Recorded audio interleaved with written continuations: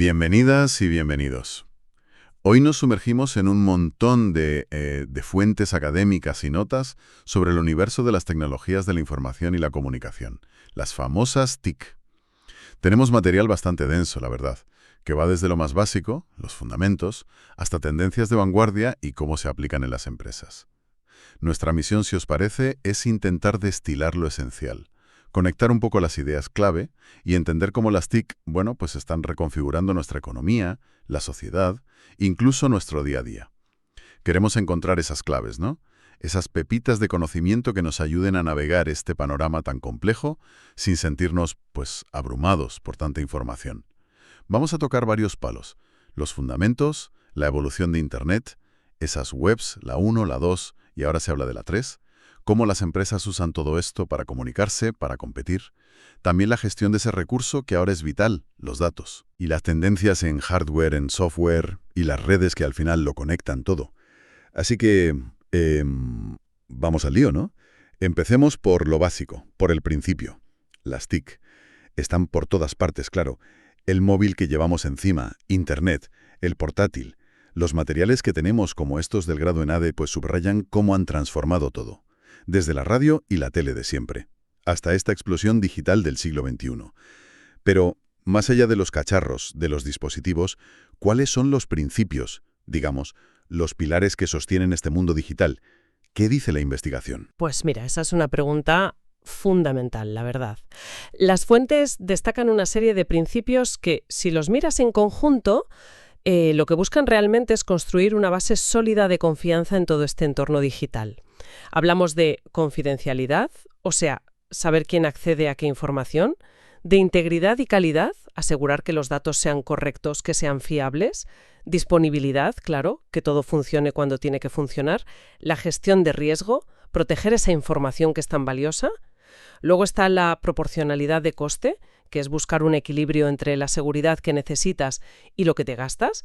La concienciación y formación, importantísimo. Usar la tecnología bien, de forma ética y sabiendo lo que haces. También la prevención activa contra ataques, la mejora continua, porque esto no para, cambia constantemente. Y la seguridad en todo el ciclo de vida de la información, desde que se crea hasta que se destruye. Al final, como ves, todos estos principios convergen en eso, en generar esa confianza que es indispensable para que la revolución digital funcione de verdad. Entendido. La confianza como el pilar central. Y las características de estas tecnologías, que también son muy llamativas. La información es inmaterial, ya no es física. La comunicación es instantánea, hay mucha interactividad. Todo está interconectado a nivel global. La digitalización es la norma. Las notas también mencionan un enfoque en los procesos, en cómo se meten en todos los sectores, impulsando la automatización y tal. Parece que, aunque las raíces vienen de lejos, de la imprenta casi, el gran salto, el cambio cualitativo, vino con la electrónica y sobre todo con la digitalización masiva y esa conectividad a bajo coste del siglo XXI, ¿no? Exacto. Y esa conectividad masiva, cristaliza en la World Wide Web. Entender cómo ha evolucionado la web es clave para saber dónde estamos ahora mismo. La web 1.0, la de los inicios, allá por el 89 hasta mediados de los 2000 más o menos, era básicamente un escaparate digital, pura información estática, páginas que leías pero con las que apenas podías interactuar. Tim Berners-Lee, su creador, la imaginó como un espacio de información. Era útil, y todavía lo es para ciertas cosas, pero muy unidireccional. Y entonces llegó la Web 2.0. Aquí sí que cambia la película radicalmente, ¿verdad? Es el giro hacia la interacción total. Y se convierte en creador, en compartidor de contenido. Piensan en los blogs, las wikis, las redes sociales. Las fuentes mencionan características como esa interacción constante entre el usuario y el contenido, y el modelo de software como servicios, SaaS, que es usar aplicaciones directamente en el navegador sin instalar casi nada. Hay hasta un acrónimo por ahí, SLTS, que intenta resumir un poco sus componentes. Search, búsqueda potente; links, los enlaces que conectan todo; authoring, la capacidad de crear; tags, etiquetas para organizar; extensions, aplicaciones que añaden funciones; y signals, notificaciones, avisos que nos mantienen al día. Plataformas como, Facebook, YouTube o herramientas colaborativas online tipo Google Docs son ejemplos puros de esta filosofía. ¿Y qué tecnologías hicieron posible ese salto? Porque se habla de interacción, pero ¿cómo se logró técnicamente? Las fuentes mencionan algunas siglas como RIA o AA. ¿Son muy relevantes? Bueno, son parte de la fontanería interna, digamos, que lo hizo posible. Pero podemos resumir para qué servían. Las aplicaciones ricas de Internet, RIA, permitieron que las webs se sintieran más ágiles, más como aplicaciones de escritorio, más fluidas. Y la arquitectura orientada a la web, WOW, facilitó que diferentes servicios web pudieran hablar entre sí, intercambiar datos. Pero lo crucial, yo diría, fue el concepto de web social. Es decir, poner la tecnología al servicio de crear comunidades, de que los usuarios compartieran información, colaboraran. Eso fue lo realmente revolucionario comparado con la web 1.0. Vale, queda más claro así. Y ahora el siguiente capítulo que se está escribiendo, la web 3.0 o web 3, ¿qué la define?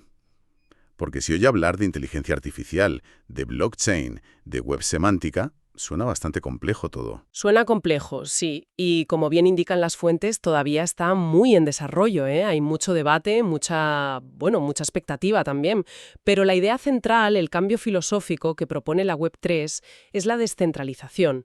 Intenta, o esa es la promesa, devolver el control y la propiedad de los datos a los usuarios, en lugar de que estén concentrados en unas pocas grandes plataformas. Para eso usa tecnologías como blockchain, que permite interacciones sin confianza, o sea, sin necesitar un intermediario central que valide, y sin permisos, abiertas a que cualquiera participe. Se espera que sea más inteligente, ahí entra la IA y la web semántica, para que las máquinas entiendan el contexto de la información, y ubicua, accesible desde cualquier dispositivo, en cualquier lugar. Quizás los asistentes como Siri o Alexa son un pequeño anticipo de esa interacción más inteligente. Pero la visión completa de la Web 3 es mucho más ambiciosa y, siendo sinceros, todavía bastante especulativa en muchos aspectos. Entendido. La descentralización como el eje diferenciador. Ahora, si damos un paso atrás y miramos Internet en general con todas estas webs, las fuentes son muy claras sobre sus dos caras, ¿no? La luz y la sombra. Efectivamente, las ventajas son innegables. ¿Quién lo duda? Acceso a información casi ilimitada, comunicación global instantánea, nuevas formas de ocio, el boom del comercio electrónico. Pero los inconvenientes y los riesgos son igualmente reales, y las notas de investigación insisten mucho en ellos. La facilidad para perder el tiempo, las amenazas a la privacidad, la ciberdelincuencia, virus, phishing, estafas, el ciberacoso, la necesidad de proteger a los menores online. Es un equilibrio delicado, y hay que ser muy conscientes de ambas realidades. Totalmente. Y llevando todo esto al mundo de la empresa, ¿cómo se traduce este potencial tecnológico? Las fuentes hablan de ventajas competitivas claras. Sí, las TIC bien aplicadas pueden ser un motor potentísimo para las empresas. Los materiales destacan, por supuesto, el aumento de la productividad. Eso es casi lo primero que se piensa. Pero también la mejora crucial de la comunicación. Tanto la interna, entre empleados, departamentos, que es vital para la cultura de empresa, como la externa, claro, con clientes, proveedores, la sociedad en general, es clave para la imagen corporativa. Ayudan a reducir costes operativos, a optimizar procesos y, lógicamente, a mejorar los resultados financieros. Y no olvidemos cómo facilitan la colaboración, especialmente ahora con tanto teletrabajo y equipos dispersos geográficamente. El marketing también se transforma por completo, ¿eh? Permite una segmentación y una personalización que eran impensables hace solo unos años. Esa colaboración a distancia que mencionas, sobre todo en equipos que están cada uno en un sitio, necesita herramientas específicas, ¿no? No vale cualquier cosa. Objetivos muy, muy claros. Mantener una comunicación muy fluida y constante. También preparar bien al personal para trabajar con esa autonomía y responsabilidad. Y, por supuesto, usar la tecnología adecuada, desde sistemas de videollamada fiables, como VoIP, hasta herramientas de acceso remoto seguro y plataformas de gestión de proyectos tipo Asana, Trello, que los documentos mencionan como ejemplos. La coordinación puede ser jerárquica, claro, pero también se apoya mucho en la formalización, tener políticas claras, procedimientos escritos y en una buena planificación estratégica. Y aquí es donde la filosofía de la Web 2.0 y las redes sociales encajan perfectamente en la estrategia de muchas empresas, ¿no es así? Exacto. Es que La filosofía web 2.0 de interacción es oro puro para las empresas hoy en día. Permite obtener feedback directo de los clientes, dialogar con ellos, incluso co-crear valor. Por ejemplo, a través de un blog corporativo donde la gente comenta ideas o wikis internas para colaborar. Y las redes sociales, Facebook, Instagram, LinkedIn, TikTok, la que sea relevante para tu público, se han vuelto herramientas estratégicas de primer orden. Ya no son solo para pasar el rato. Sirven para construir marca, para llevar tráfico a la web principal, para interactuar y crear una comunidad alrededor de la marca, fidelizando clientes. También para hacer publicidad increíblemente segmentada, para obtener inteligencia de mercado casi en tiempo real, escuchando lo que se dice, para intentar recuperar clientes insatisfechos y, claro está, para impulsar las ventas, directa o indirectamente. Y si hablamos de ventas online, entramos de lleno en el comercio electrónico, el e-commerce, un fenómeno que las fuentes califican de imparable. Imparable, sí, y además acelerado brutalmente por la pandemia, como bien recogen todos los análisis. El e-commerce es básicamente comprar y vender usando redes electrónicas, principalmente Internet. Su crecimiento, impulsado también muchísimo por el móvil, el e-commerce, es espectacular. Las ventajas son bastante evidentes. Un alcance global casi inmediato, puedes vender a cualquier parte del mundo. Menores costes fijos, al no necesitar necesariamente una tienda física, o no solo una tienda física. Disponibilidad 24 horas al día, 7 días a la semana. Un marketing mucho más preciso, basado en datos reales del comportamiento del cliente. Y una gestión de inventarios más eficiente, más automatizada. Las fuentes detallan varios tipos, B2B, B2C, C2C. ¿Podemos aclarar un poco las diferencias clave entre ellos? Para que no haya lío. Claro, mira, el B2C, Business to Consumer, es el más visible, el que casi todos usamos. Empresas vendiendo al consumidor final. Piensa en Amazon, en la web de Zara, en cualquier tienda online de ropa o electrónica. El B2B, Business to Business, es el comercio entre empresas. Suele implicar volúmenes de compra mayores, relaciones comerciales más largas y procesos de decisión más complejos, más planificados. Y el C2C, Consumer to Consumer, son plataformas donde los particulares venden y compran entre sí. El ejemplo típico es Wallapop, Vinted o eBay en sus inicios. Existen otros modelos como el C2B, consumidor a empresa, o los que involucren a la administración pública, B2A, C2A, pero vamos, B2C, B2B y C2C son los grandes motores de todo esto. En general, el e-commerce lo que hace es democratizar un poco el emprendimiento, ¿no? Baja las barreras de entrada, aumenta la competencia, lo cual suele ser bueno para el consumidor porque ajusta precios. Y conecta a empresas pequeñas, a pymes, con mercados globales. Suena todo muy positivo, la verdad. Pero los documentos también alertan sobre retos importantes. Mencionan, por ejemplo, la dificultad de retener a los clientes, que es fácil que se vayan a otro sitio. Es un punto crucial, sí, y las fuentes lo resaltan bastante. El e-commerce tiene retos enormes, no es un camino de rosas. La seguridad de las transacciones y de los datos personales es una preocupación constante. La ciberdelincuencia está ahí, al acecho.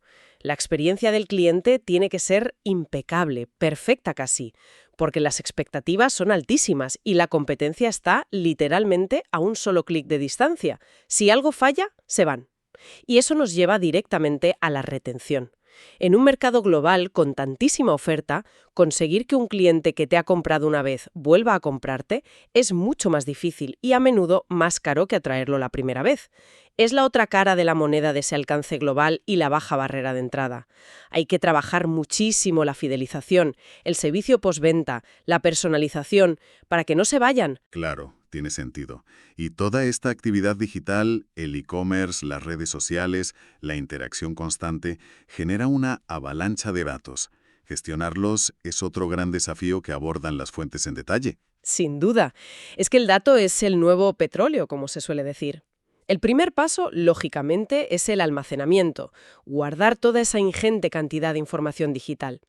Tenemos los sistemas físicos de siempre, bueno, los discos duros, HDD o los más rápidos de estado sólido, SSD, y cada vez más el almacenamiento en la nube, que te da mucha flexibilidad y escalabilidad. Pagas por lo que usas. Pero claro, guardar no es suficiente, hay que entender qué es lo que guardamos. Las fuentes clasifican los datos de varias formas. Hablan de cuantitativos, cualitativos. ¿Qué significa eso exactamente? Exacto. Es una forma básica de clasificarlos.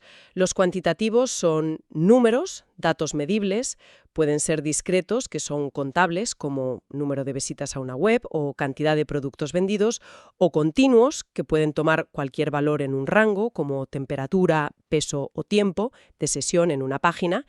Y los cualitativos no son numéricos, describen cualidades. Pueden ser nominales, que son categorías sin un orden inherente, como colores, tipos de cliente o países, o pueden ser ordinales, que sí tienen un orden lógico, como las tallas de ropa, PMG, o un nivel de satisfacción bajo, medio, alto.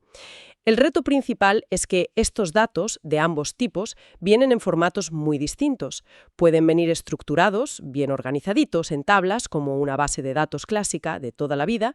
Pueden ser semiestructurados, que tienen algunas etiquetas o marcadores que ayudan a organizarlos, como un archivo XML o JSON, o pueden ser no estructurados, que es la gran mayoría hoy en día.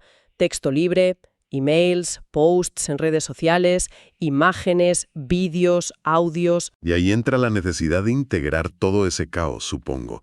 Las notas dicen que limpiar y preparar los datos para poder usarlos consume muchísimo tiempo. ¿Es así? Es así, y es el trabajo invisible, pero absolutamente fundamental. La integración de datos consiste justo en eso: localizar, extraer, transformar y cargar lo que se conoce como proceso ETL, Extract, Transform, Load, datos que vienen de fuentes muy diversas para tener una visión única y coherente. Y sí, la fase de limpieza y transformación, que a veces se llama data wrangling o data cleansing, es tremendamente laboriosa. Puede consumir hasta el 80% del tiempo de un proyecto de análisis de datos, pero es crítica.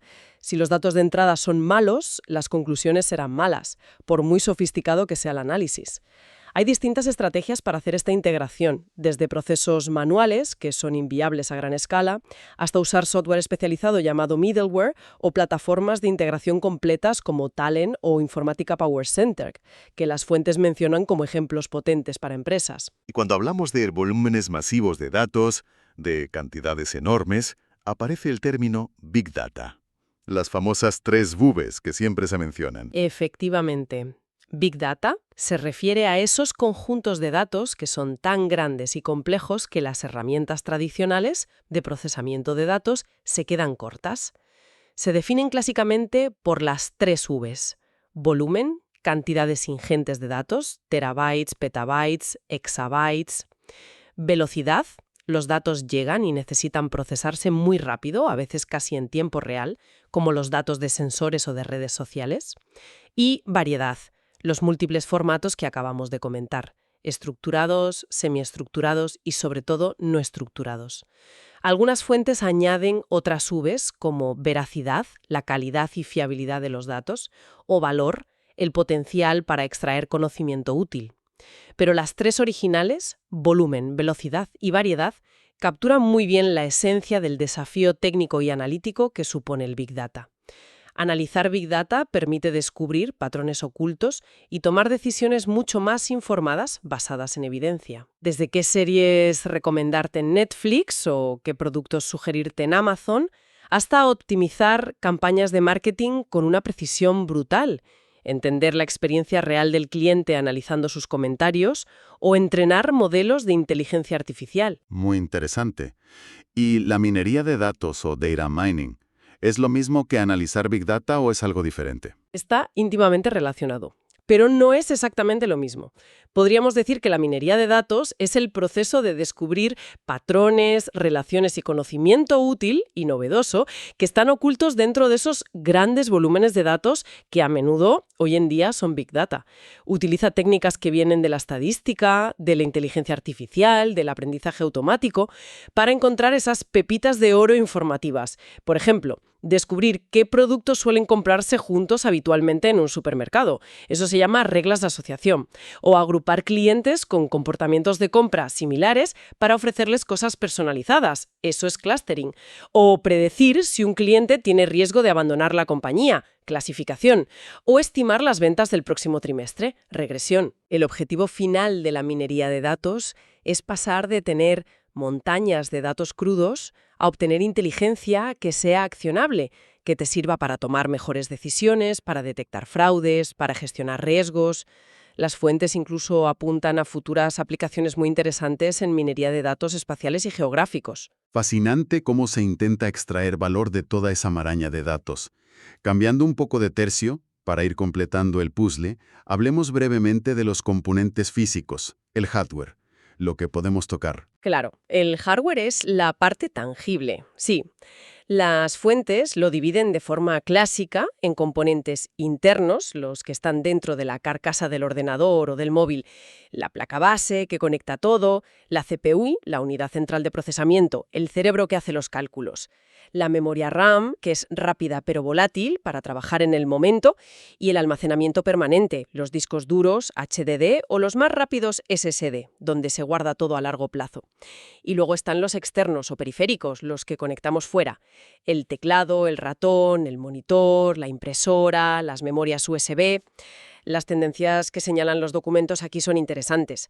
Vemos cómo la inteligencia artificial y el aprendizaje automático se están integrando cada vez más en los propios procesadores, en las CPUs.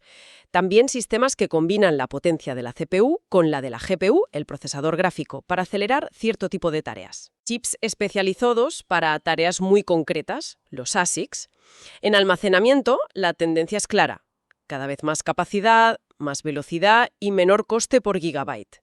Y en visualización, pues avances continuos con el 3D, la realidad virtual, la realidad aumentada. Y la contraparte inseparable del hardware es el software, ¿no? Las instrucciones que hacen que todo ese metal y plástico funcione y haga cosas útiles. Exacto. El software es lo intangible. Los programas, las aplicaciones, las instrucciones, se suele dividir en dos grandes categorías. Primero, el software de sistema, que es la base que gestiona el propio hardware y permite que otros programas funcionen. El rey aquí es el sistema operativo, Windows, macOS, Linux en ordenadores, Android y iOS en móviles. También entran aquí los controladores de dispositivos, drivers, que permiten al ESO hablar con el hardware específico. Y segundo, el software de aplicación, que son los programas que usamos los usuarios para hacer tareas concretas. El navegador web, un procesador de textos, una hoja de cálculo, un videojuego, una app de mensajería. Su evolución ha sido brutal, ¿eh? Desde las tarjetas perforadas de los primeros ordenadores hasta las apps táctiles e inteligentes de hoy. Un concepto clave que mencionan las fuentes son las plataformas de software. Son como una base sobre la que se construyen y ejecutan otras aplicaciones. Ejemplos claros son los propios sistemas operativos, los navegadores web, las plataformas en la nube como Amazon Web Services o Microsoft Azure, las redes sociales como Facebook, que es una plataforma para desarrolladores también, o plataformas de contenido como YouTube. ¿Y cuáles son las grandes tendencias en software que destacan estas fuentes? Mencionan Java como un ejemplo histórico importante. Pues las tendencias dominantes son bastante claras y coherentes con lo que venimos hablando. El cloud computing sigue imparable, en todas sus formas, infraestructura como servicio, IaaS, plataforma como servicio, PaaS, y software como servicio SaaS. Cada vez más cosas se van a la nube. La inteligencia artificial se está integrando en prácticamente todo tipo de software, desde chatbots y asistentes de voz hasta sistemas de análisis predictivo o personalización inteligente. Y la ciberseguridad es una preocupación transversal y creciente. A medida que todo se digitaliza y conecta, la necesidad de proteger el software y los datos es más crítica que nunca. Java es un buen ejemplo histórico que ilustra varios conceptos clave del desarrollo de software moderno.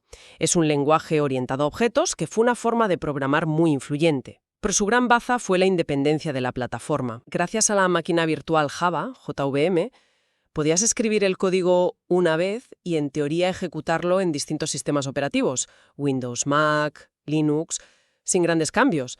Eso fue revolucionario en su momento, Write Once, Run Anywhere. Además introdujo la recolección de basura, Garbage Collection, que es una gestión automática de la memoria que simplificó mucho el trabajo de los programadores. Conceptos como la portabilidad y facilitar el desarrollo han sido muy influyentes desde entonces. Entendido. Muy claro. Y para que todo esto funcione y se comunique, el hardware, el software, los datos que viajan de un sitio a otro, necesitamos el último pilar fundamental, las redes y la conectividad. La pandemia reciente nos lo dejó clarísimo, ¿no? La dependencia que tenemos. Clarísimo. Es que pasaron de la noche a la mañana casi de ser una comodidad, algo útil, a ser un servicio absolutamente esencial para poder trabajar, estudiar, relacionarlos. Para las empresas, tener una red robusta y fiable es crítico, no es una opción. Las opciones comunes que describen las fuentes para conectar una empresa a Internet son, por un lado, la banda ancha empresarial, que puede ir desde el ADSL sobre par de cobre, que ya se queda corto para muchas cosas, hasta la fibra óptica. Ahí distinguen entre FTTC, fibra hasta el armario de la calle, y FTTP, fibra hasta el propio local, siendo esta última la mejor opción en cuanto a velocidad y fiabilidad. Y por otro lado, están las líneas alquiladas o dedicadas. Son conexiones punto a punto, exclusivas para esa empresa, que ofrecen máxima fiabilidad, velocidades simétricas, misma subida que bajada, pero claro, son bastante más caras. La elección entre una u otra, pues depende de las necesidades de velocidad, de la fiabilidad que necesites, si una caída te supone un desastre o no, del presupuesto y del número de usuarios que vayan a usarla. También es interesante, aunque más técnico, el modo de transmisión que mencionan. Simplex, la comunicación va en un solo sentido, como del teclado al ordenador. Half duplex va en ambos sentidos, pero no a la vez, como los walkie-talkies antiguos. Y full duplex, en ambos sentidos y simultáneamente, como una llamada de teléfono normal. Hoy en día casi todo es full duplex, afortunadamente. Y los cables físicos por los que viajan la información también han cambiado una barbaridad, ¿no? Del típico cable de teléfono a la fibra óptica que tenemos muchos ahora en casa. Ha sido una evolución crucial, sí, para poder tener las velocidades que tenemos hoy. Empezamos con el par trenzado de cobre, el cable telefónico de toda la vida, que, servía para voz y para las primeras conexiones a Internet lentas. Luego vino el cable coaxial, el que se usaba tradicionalmente para la TV por cable. Tiene más ancho de banda que el par trenzado y está mejor protegido contra interferencias. Se usa todavía mucho para conexiones de banda ancha por cable. Y la gran revolución, sin duda, es la fibra óptica. Aquí la información no viaja como impulsos eléctricos, sino como pulsos de luz a través de finísimos hilos de vidrio o plástico. Es órdenes de magnitud más rápida que el cobre. Es inmune a las interferencias electromagnéticas, lo cual la hace más segura y fiable, y tiene una capacidad para transportar datos enorme. Su principal pega es que es más cara y compleja de instalar, pero sus ventajas son abrumadoras. Y claro, también existen los medios inalámbricos o no guiados, que no usan cable.